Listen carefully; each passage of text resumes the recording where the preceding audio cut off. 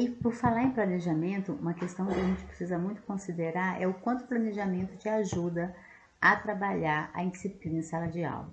Então, você fazer um bom planejamento, esse planejamento estar amarrado com as crianças estarem se sentindo fazendo parte disso, faz com que você tenha uma sala participativa com alunos motivados e isso ajuda muito a trabalhar a questão da indisciplina. Então, quando a gente pensa em planejamento, a gente também pensa nessa questão, assim. Se você chega na sua sala sem ter um planejamento bem feito, um planejamento que não dialoga com as crianças, um planejamento que você fez de cima para baixo, que as crianças não têm condições de atingir ou de desenvolver aquelas habilidades, você vai ter crianças correndo pela sala, crianças falando o tempo inteiro, crianças não participando. Então, quando a gente fala em disciplina, a gente precisa também falar de um bom planejamento. Um planejamento feito com um olhar para a turma, a partir de uma diagnose bem feita, a partir de temas e assuntos que dizem respeito ao interesse das crianças. Então, agora eu vou compartilhar com vocês um pouco a tela do meu computador para mostrar aqueles formulários que são as ferramentas que eu utilizo no meu planejamento e também mostrar para vocês o link da BNCC, que eu vou deixar aqui também na informação do vídeo.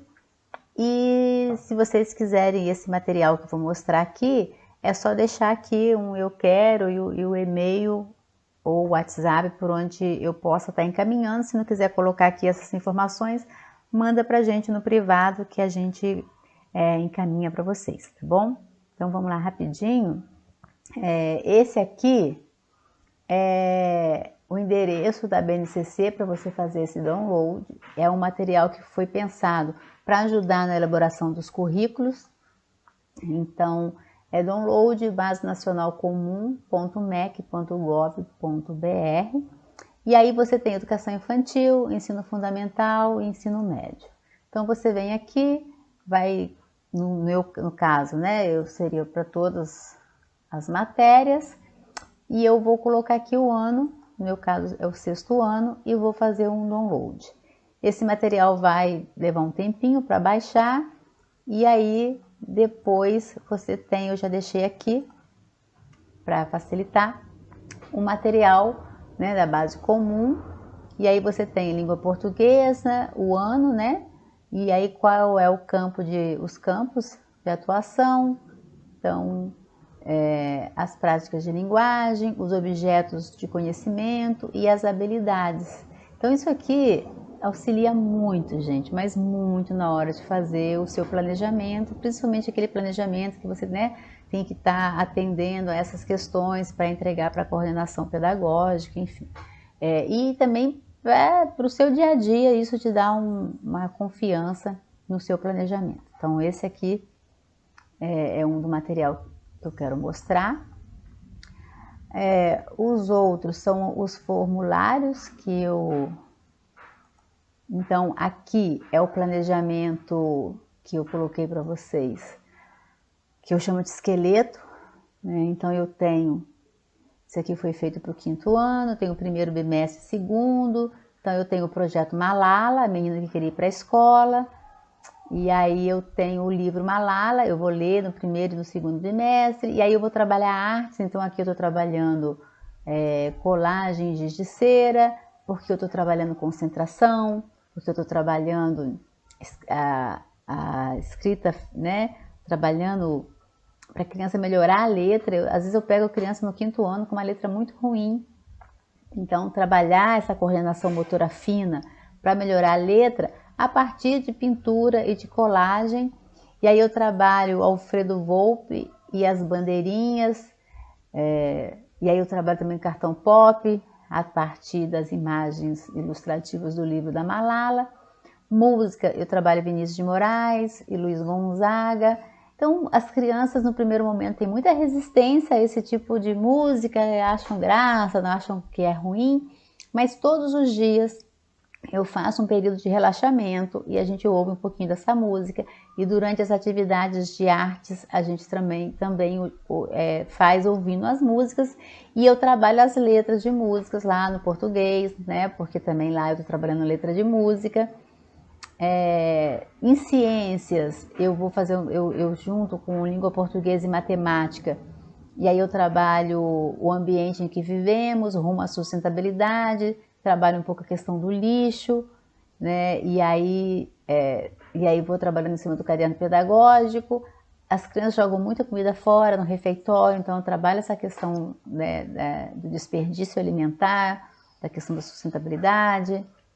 Na geografia eu vou fazer então um trabalho olhando para a questão geográfica e os pontos de referência, atividade, né, eu trabalho a questão do dia do índio, né, o que seria índio, e aí trago a história e vou trazer um referencial dos povos indígenas.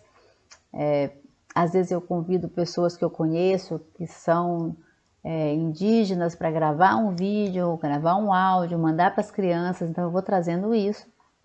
O outro formulário que eu gostaria de mostrar para vocês aqui já é o planejamento mensal ou quinzenal, nesse caso aqui ele é quinzenal, que eu entrego para minha coordenação. Então eu coloco aqui as habilidades, o objeto de conhecimento e as atividades que eu vou trabalhar.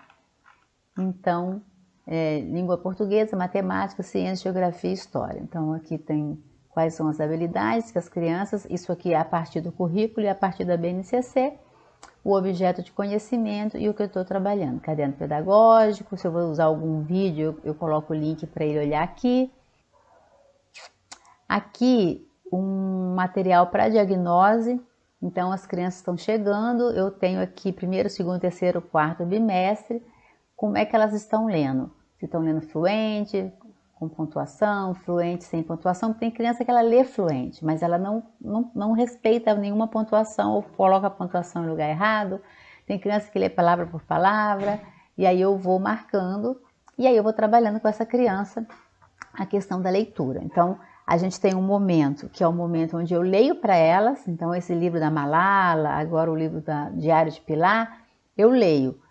São todos os dias, quando está no finalzinho da aula, uns 10 minutos, 15, eles guardam o material e aí é o momento que eles vão parar para ouvir essa leitura e a gente, né, eu leio um pedacinho, um capítulo, dependendo do livro, todos os dias. Aqui, planilha de notas, né, o nome das crianças, e aí matemática, português, o teste, e aí lembrando que não necessariamente esse teste é um teste escrito, pode ser um teste feito através do bingo, através do jogo dos corpos, eu chamo de jogo de corpo.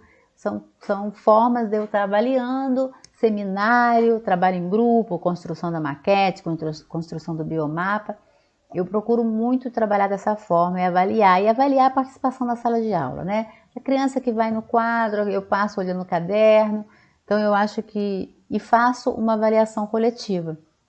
A gente faz, por exemplo, no caso do seminário, no caso da maquete, se é trabalho em grupo, como é que foi o trabalho em grupo, quais foram as dificuldades, quais foram os aprendizados, que nota que vocês têm que dar. Uma outra coisa que eu faço com as crianças, que é a avaliação, que é a questão da autoavaliação. Eles recebem um cartão que tem um quadradinho para cada dia do mês, dividido por semana, então são 5, né, 10, 15 e 20, são 4 semanas. E aí ali a gente definiu quais seriam o comportamento da criança na sala, assim. Para a gente avançar, para a gente conseguir chegar, e aí tem algumas metodologias que eu faço, que já até tem um blog que eu explico melhor. A criança, então eles criaram uma legenda, o sol se eles alcançaram, um sol com nuvens se foi mais ou menos, e chuva se eles não conseguiram alcançar. E eles definiram o que eles precisariam atingir para que a turma conseguisse ter uma aula, né, tranquila, com um comportamento legal, sem prejudicar o colega, respeitando os professores. Se eles conseguem fazer isso, eles desenham o sol. E aí vai seguir na legenda. Eles que fazem isso, né? E aí no final da semana a gente faz uma avaliação sobre como é que foi o comportamento. Então tem criança que estava nuvem, depois ficou só sol, tem criança que era sol e ficou nuvem. Por quê? O que aconteceu? Cada criança. Então eu paro na sexta-feira, deixo um tempo de aula para a gente fazer essa avaliação que é conjunta, que é uma autoavaliação que eles fazem e eu só vou facilitando esse processo. Então esse seria mais um. E aqui, planilha. Aqui, essa planilha eu acho muito interessante. Eu fiz uma adaptação de um curso que eu fiz. Então, eu coloco o nome da criança. E aqui, em cima, eu coloco o conteúdo que eu trabalhei naquele teste. Né? Aí é um teste para trabalhar conteúdo. Né? Ou as habilidades, né? Dentro do conteúdo da apostila. Então, se a criança, eu estava trabalhando, por exemplo, tabela, conseguiu interpretar, consegue fazer tabela, consegue desenvolver um problema com um grau mais avançado, trabalhar as medidas, trabalhar horas, sistema monetário.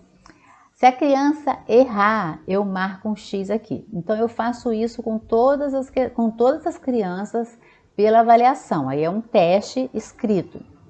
Então, eu vou marcando. No final, quando eu olho, eu tenho assim, uma visão geral da turma. Todas as crianças, ou 70%, erraram tabela. Então, esse conteúdo não ficou claro para a turma inteira. Ou então, não, apenas 4 crianças erraram tabela. Então, essas 4 crianças precisam ter um reforço em tabela. Né? E é assim para cada um. No final, você realmente tem uma visão de como é que está a sua turma. E aí você consegue ir trabalhando essas habilidades, melhorando essas competências. Então esse é o material que eu realmente gosto muito de usar para eu poder estar monitorando, né, essas habilidades das crianças. Eu acho que isso é uma coisa que a gente precisa ter